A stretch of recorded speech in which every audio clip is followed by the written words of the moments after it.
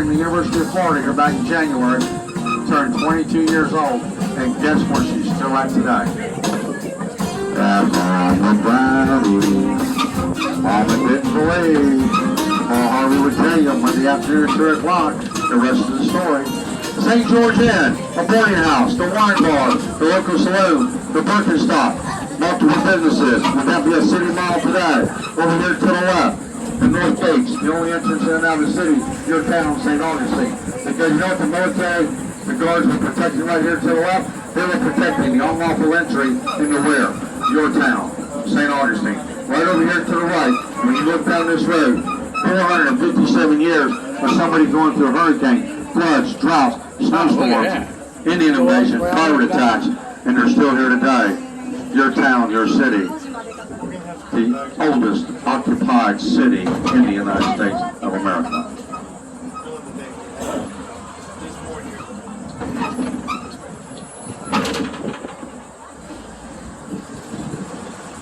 Over here to the left, the Castillo De San Marcos, 400 feet to the south of Ripley's, believe it or not, parking lot where you were just at.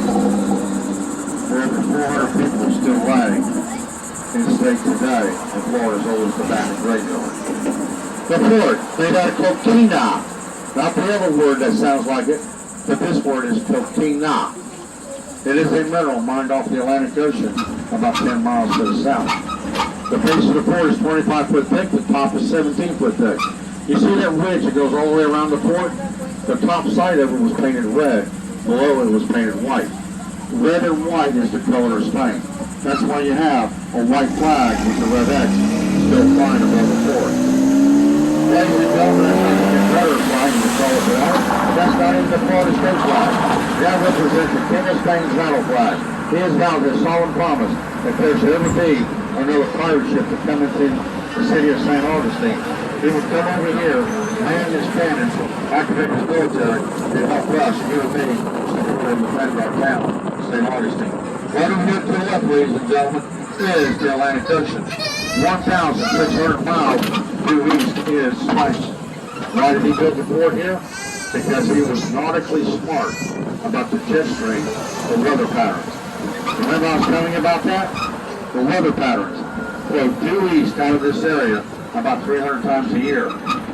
At that time, you had to at least have about 500 or 600 men to row the boat across the ocean. The King of Spain found out that he could do that with only 300 men. So that means 300 less people at 200 pounds apiece. That's what? 6,000 pounds of gold, silver, shrimp, lobster that he could put more on that boat to do what? More money, barter and sell and trade. You know what, guys? I don't know what to tell you. If we're not living from history today, we really need to look at the books again. Okay? Hippolyta, a city over in Italy, where our patron saint, St. Augustine, was born and raised at. This road right here is named in that honor. We are now going to go even deeper into the history of St. Augustine 458 years ago. Everything is the same here except the roads, the sidewalks, and the city lights. Over here to the left, the backyard, the Mehans, coquina walls, over 400 years old. You want a little bit of amore, a little bit of love, a little bit of salsa for a nice little dinner tonight? Think about it, guys. The backyard of Mehans, over here to the left. What a beautiful place to have the beverage of choice for lunch and dinner outside what? Underneath the moon and the stars of love. Ladies and gentlemen, this is the amore of your life. Over here to the right, upstairs, a boarding house, a Holiday Inn, a hotel, products on the bottom, coffee cars, a 7-Eleven, convenience store, S&S, Circle K, sweet milk, milkshakes, ice cream, the Dairy Queen over here to the left, acupunctures, massages, the doctor's office, medicine at that time. And who's over here to the right? A very nice young man, the concierge of the Cox Hotel restaurant, to show you the Spanish cuisine of love, amore, of the past, still outside underneath the stars and the heavens of love. Ladies and gentlemen, This area has not changed, except the addition of the modern street, sidewalk, and lights. As we come up here to this stop sign, and as I go slowly across the intersection, the Spanish Gardens over here to the right, dedicated to Queen Isabella 57 years ago at her 400th birthday, is still here today. But back to the right, 6 blocks is the north gates. Back to the left would be the Catholic Church and the governor's house. Because you know where you're at right now? You're actually in the center of time. The center of time.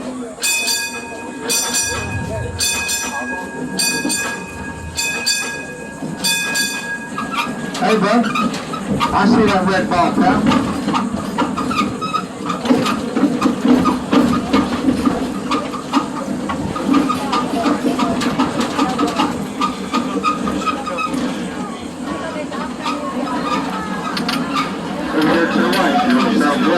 Mercantile store, snakeskins, alligator hides, smells of fur, today, fine silk, fine pepper. Hey guys, over here to the left, another Spanish restaurant.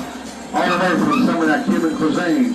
They make a very excellent Cuban sandwich in there. Believe me, I've had it 2 or 3 times. It is perfect with the Juanita, the pineapple of the South. Ladies and gentlemen, Spanish is here still today. Over here to the left, spices and teas from the Caribbean. Wine and cheese over here to the right.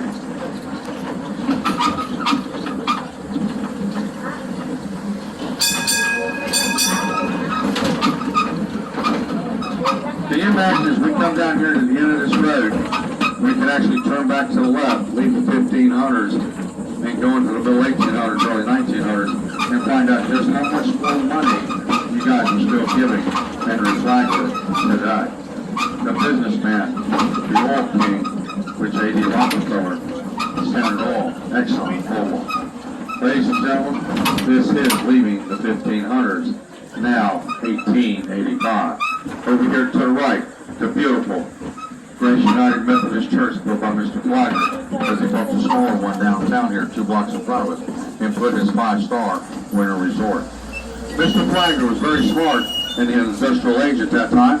He actually built 260 rooms, 265 places, indoor electricity, hot and cold running water, indoor bathrooms, the ultimate 5-star hotel. It had everything in it except Wi-Fi and cable TV. Why?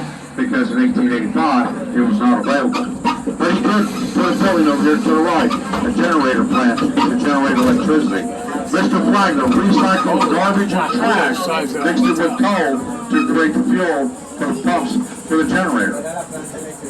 180 years ago, he was actually recycling to make electricity. Really? Making electricity by recycling? I thought that was just a modern day concept. But we're still learning, I guess, because we don't do it very much. Over here to the right, plexiglass. Behind that is Tiffany stained glass windows that are now worth over $40 million. The hotel cost Flagler $2.5 million to build. Today, Elon Musk, or the entrepreneurs at this time, would pay $5.5 million to build a hotel. These little black balls over here with the chains on them. Anybody know what they are? They're not husband beaters now, so don't take a moment to do that, girls, okay? Those are actually channel guards. The King of Spain used them as channel guards that if the cannonballs would not reach the boats that were coming in, the military would pull the chains up from underneath the water at the channel where they were coming in at, and would actually scrape the bottom of the boat and sink the boat. In the year 1963, the Cox Hotel, which is over here to the right, became the Flagler College. The Flagler College is now listed on the Princeton scale of 10% of the most well-respected four-year colleges in the world. 5'5" Mr. Flagler at the age of 53. Can you imagine 5'5" and he was still able to build a beautiful hotel? I guess size did not matter at that time, does it, ladies? Think about it. As long as the money is there, he can build anything. Don't put it in the gutter, guys. Just enjoy the history. The Cox Hotel behind us. The Basilica Museum over here to the right was a private home when it was built 6 years before the hotel. Mr. Smith, a very respected worldwide traveler, went all over the world. He went to Spain multiple times and fell in love with the Alhambra Palace. He said one of these days he will have his own Alhambra Palace in St. Augustine. And yes, he did build it 6 years before the Cox Hotel. This was a private home at that time. Mr. Henry Flagg actually stayed in his private home a couple of times. Remember this location. For some of you, when you get back to Ripley's, remember to build a train, and I will tell you what is still connecting the Cox Hotel and the Basilica Museum today. And it goes underneath this road. Oh yeah, you'd be surprised. I'm going to leave the door open, so just come and ask me what it's all about.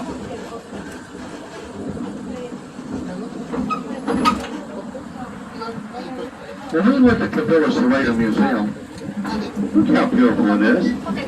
Can you imagine at that time when it was being built, there was no cranes, concrete mixers or anything? Everything was actually done by hand. By hand. The beauty of construction by hand. Over here to the left, the Cox Hotel. Debutantes being presented at the balconies. The King's Theater. Sweet 16 parties, beautiful weddings in the courtyard. Better yet, how about a nice vacation? Runaway, road trips, that we call it today, here at the hotel.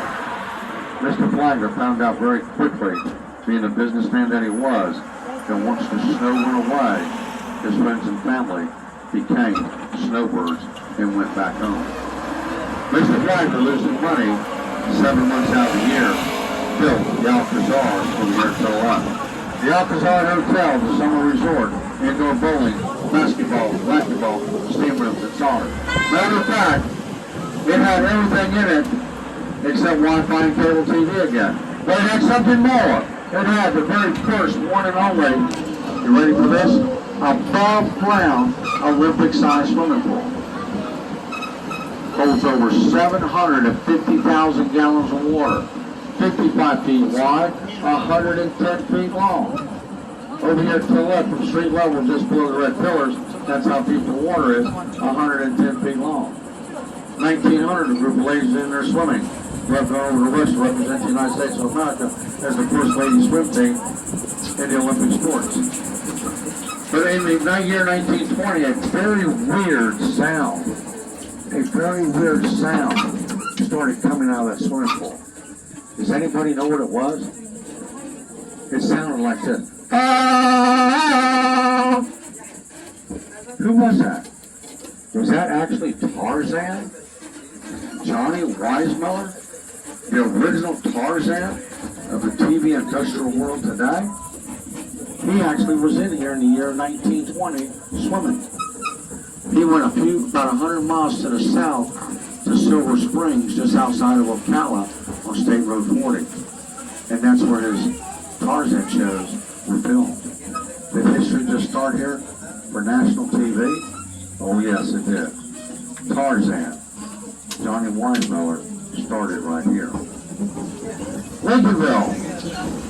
In the year 1865, right after President Lincoln ended the Civil War, people were allowed to come down here and build themselves a fine Victorian style type home, live and raise their families. Can you imagine that this area was actually built 12 years after St. Augustine? 12 years after St. Augustine. The ethnicity of family comes here from all over the world. Victorian style type homes we call them painted ladies today. They're actually here because that's what people lived at to raise their families in a free, unrestricted style of life.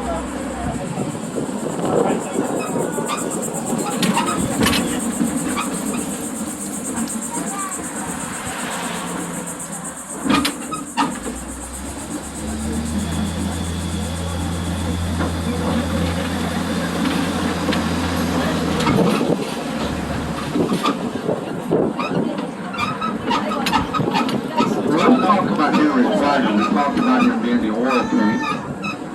the ultimate contractor for the Cox Hotel.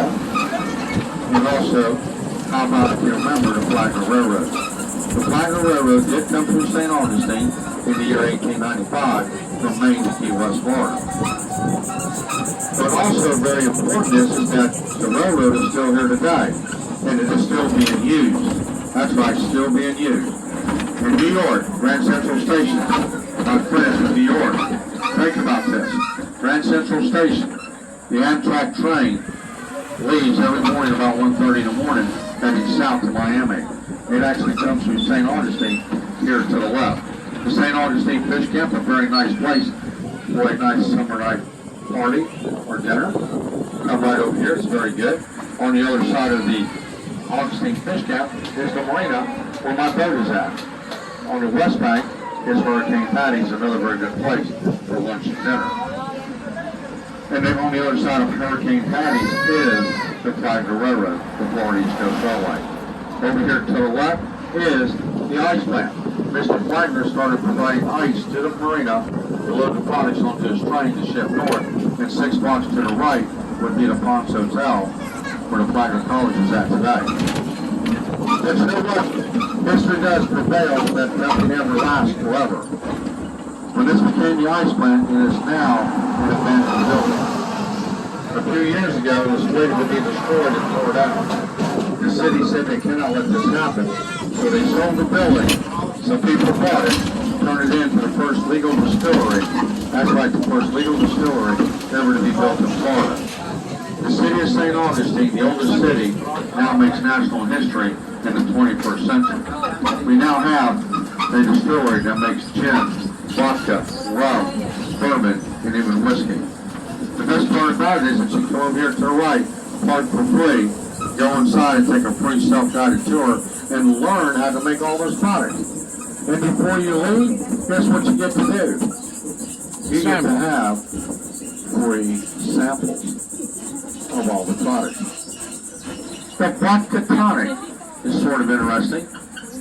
About 2 fingers of that white liquid and a twist of lime, not lemon, and 2 ice cubes is a beautiful, beautiful tonic drink. Over here to the left, the distillery, and 1 block behind it is where the Muscadine grape, the Morte, the Vino of Love, the wine, still at the San Sebastian Winery. Within 1 block of each other, you have wine and the distillery. Ladies and gentlemen, you can park for free at either location and get free samples all day long. Just remember, you're still 6 blocks from the closest bed, or even a block and a half, the closest restaurant.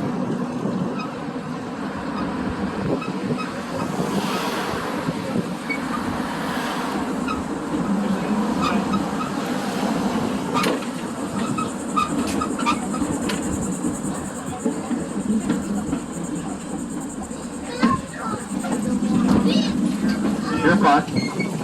Stay right where you're at. Lincolnville. The year is now 1720.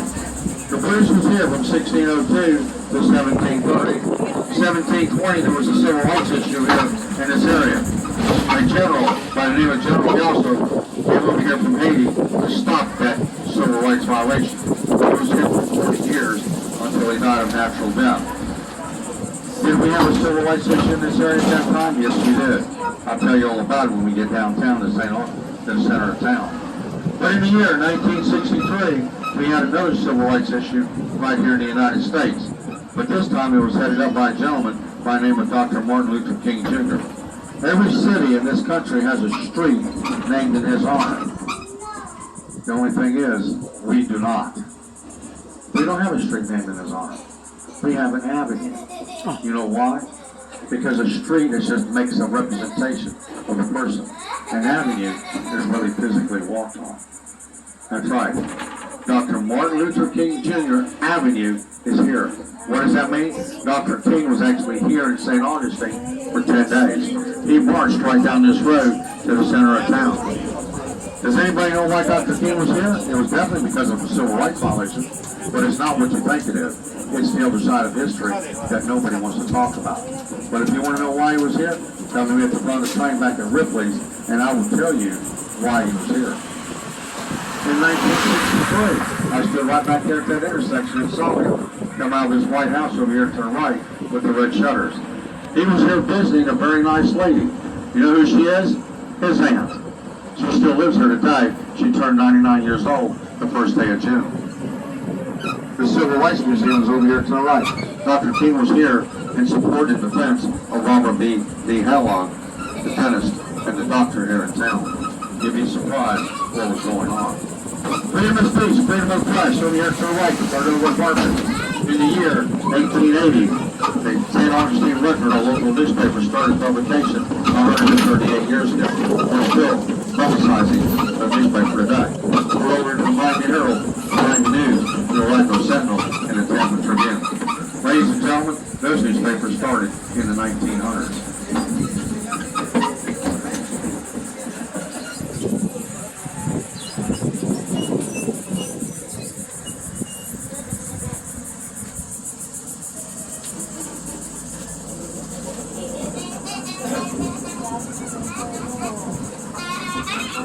Over here to the left is the backside of the Alcazar Hotel.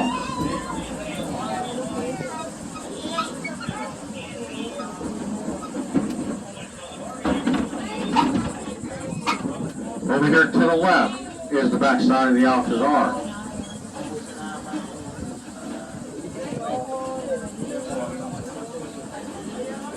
Over here to the left, the Alcazar. The swimming pool, this is the eastern wall. The venue, the dining area, the parties, weddings, here still in town. The Alcazar is now the Otis Leitner Museum. Otis Leitner is considered to be a very well-respected worldwide traveler. He was considered the best collector of collectible collections, of other collectible collectors' collections, of other collectible collectors' collections, of other collectible collections that they were collecting, from other collectible collectors' collections they had collected, from a very special collectible collection of time that they were collecting.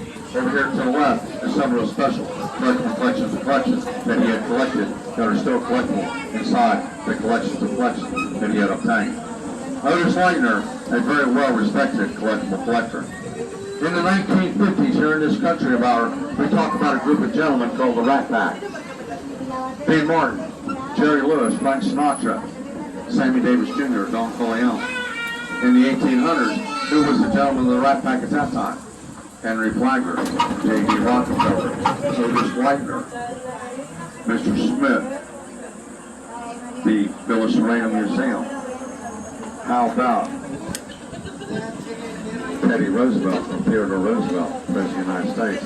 And better yet, another gentleman by the name of Alfonso Capone. This was in the 1800s, early 1900s, guys.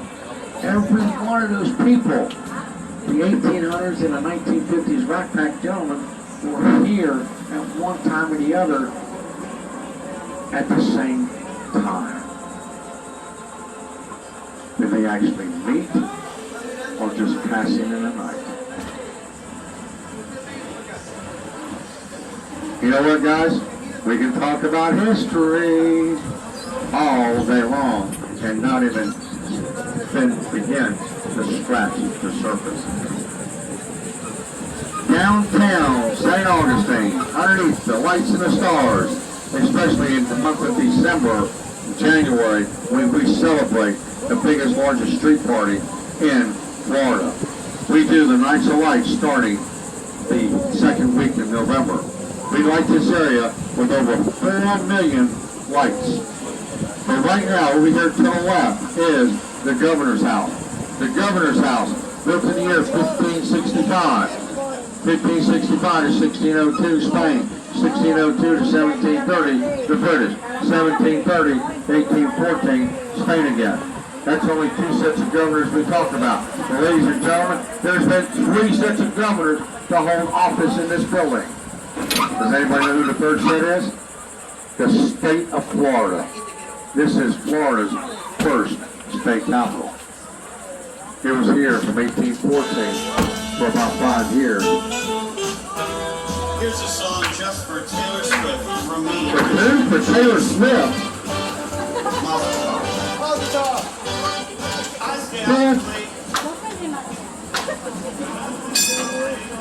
You gotta enjoy life, God. Florida State Chapel started right here. It was moved to Tallahassee about 5 years later to Leon County. How did we get there? The originally supposed to go to Pensacola. We put a man on a horse in Pensacola, a man on a horse in St. Augustine. And where they met in the middle is where they put the state of Florida, the state capital, Tallahassee. Over here to the left, the rotunda, the balcony, the area where the King of Spain came and talked to his friends and family here in this area. The pavilion over here to the left, without the roof on it, is where they watered and sold and trade the products from the Caribbean. In 1602, when the British came here, they put a roof on it, turned it into a garnish that, and started the first open slave market of slaves. Ladies and gentlemen, yes, in the year 1602, the British burned down the first Catholic church, put a roof over here, and started the first open slave market of slaves, indentured servants as they call them today, here in St. Augustine, roughly about 150 years before the United States of America was even thought of or founded. You know, history is so prevalent in this area, we can change the history books all day long. In 1730, when Spain came back, right on Cathedral Place, we built the second Catholic church, the second Christian church ever to be built in the United States of America. It's still here today, to the left. It holds the title of the Basilica of the St. Augustine Diocesan. What that means is that whenever the Pope would leave the Vatican over in Rome and venture out into the New World, he would stay at that church because there's a special room designed just for him. It is now called the Basilica of the St. Augustine Diocesan. Matter of fact, it makes history on an annual basis. On July 22nd, the 11th bishop here in the United States of America, here in St. Augustine, was installed. The first bishop, Bishop Barrow, was in the year 1575 and is now buried in the Talamado Cemetery. In Venezuela, in areas that you guys come and live at today, you always like to make personal family history. Well, I actually made personal family history on a national level right here in this church. Does anybody know what happened to me? How I made history there? In the year 1972, that's where I met the love of my life and got married to her. She gave me 5 girls and 2 boys. You know what I was able to give her, guys? A lifetime worth of therapy sessions, because between me and the kids, we drove her nuts. 8 years ago, she took that transitional travel time across the Great Divide. But that's a different story within itself. Over here to the right, the governor's house, the balcony up there above us, is where the King and Queen of Spain stood at 57 years ago and wished us happy birthday to St. Augustine. March the 3rd, this is an important date. March the 3rd in the year 1814, the King of Spain stood right here in his courtyard, signed a piece of paper of treaty giving the United States to St. Augustine. You know what's really amazing about that? We didn't even have to fight about it. It was done peacefully. You know what's really sort of interesting? Does anybody remember the legacy of Ronald Reagan, the President of the United States? There was a statement that was made to him by the Prime Minister of Russia, Mikhail Gorbachev, at that time. Mikhail Gorbachev told Ronald Reagan that he was jealous of him. He was the leader of one of the world's biggest countries, and they were allowed to change political office, political power, to run the whole country every 4 years without shedding blood. And we still do that today. Well, not really. Wow. Walmart, GC Woolworth over here to the right, is the original GC Woolworth stores.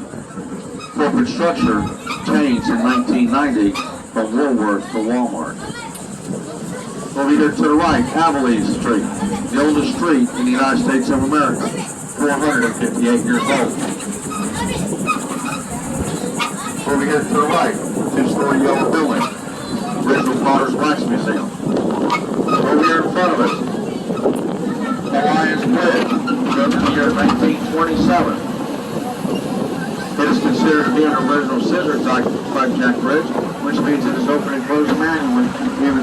got it. But you know what's sort of interesting about this bridge? It actually joins the mainland. This is the original shoreline of Florida with that island out there, which is actually fake. It is man-made. Remember, history, yellow fever, 1820. That was a small barrier reef. A boat got caught out there, sunk, and over 300 people perished. That's what caused yellow fever to come in here in the unsanitary conditions. In 1904, the Army Corps of Engineers came down here, started studying the area about yellow fever because the Spanish flu they were concerned about. Found out if there's glacial water out here, but the dirt on top of the barrier reef filled up the barrier reef and made it into an island, the Spanish flu would not be as bad. 1920, Mr. Davis bought the island, turned it into Davis Shores. 1927, the bridge was built to join the mainland to the island. That cove out there that you see going out to the Atlantic Ocean actually came around and stopped right there where you see that new building being built at. This harbor, this cove in here, was the most secured area for the King of Spain's boats. So what happened was that he found out that the jet stream, the wind, was back across the Atlantic Ocean. So he built a little inlet to take you out to sea to shove you back across the ocean. Was he extremely smart? Yeah, guys, I think it was pretty good.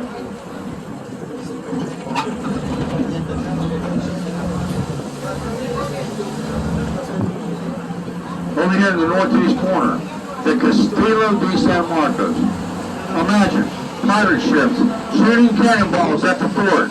The coquina acts like a bulletproof vest. It absorbs the impact and was not letting the cannonball penetrate the wall. The King of Spain never made the first cannonball here in this area, but yet he had literally thousands of cannonballs to shoot back at his enemy. You know what happened? He would go outside at night after everybody was at peace because the fighting stopped. He went outside, took a bucket of white paint, peeled the cannonball out of the wall, painted that hole, put the cannonball back inside, cleaned it off, and did like Elvis Presley did, wrote a sign on there, return to sender, and shot it back at the enemy the following day. The King of Spain never spent the first bit of money, time, or effort to make a cannonball.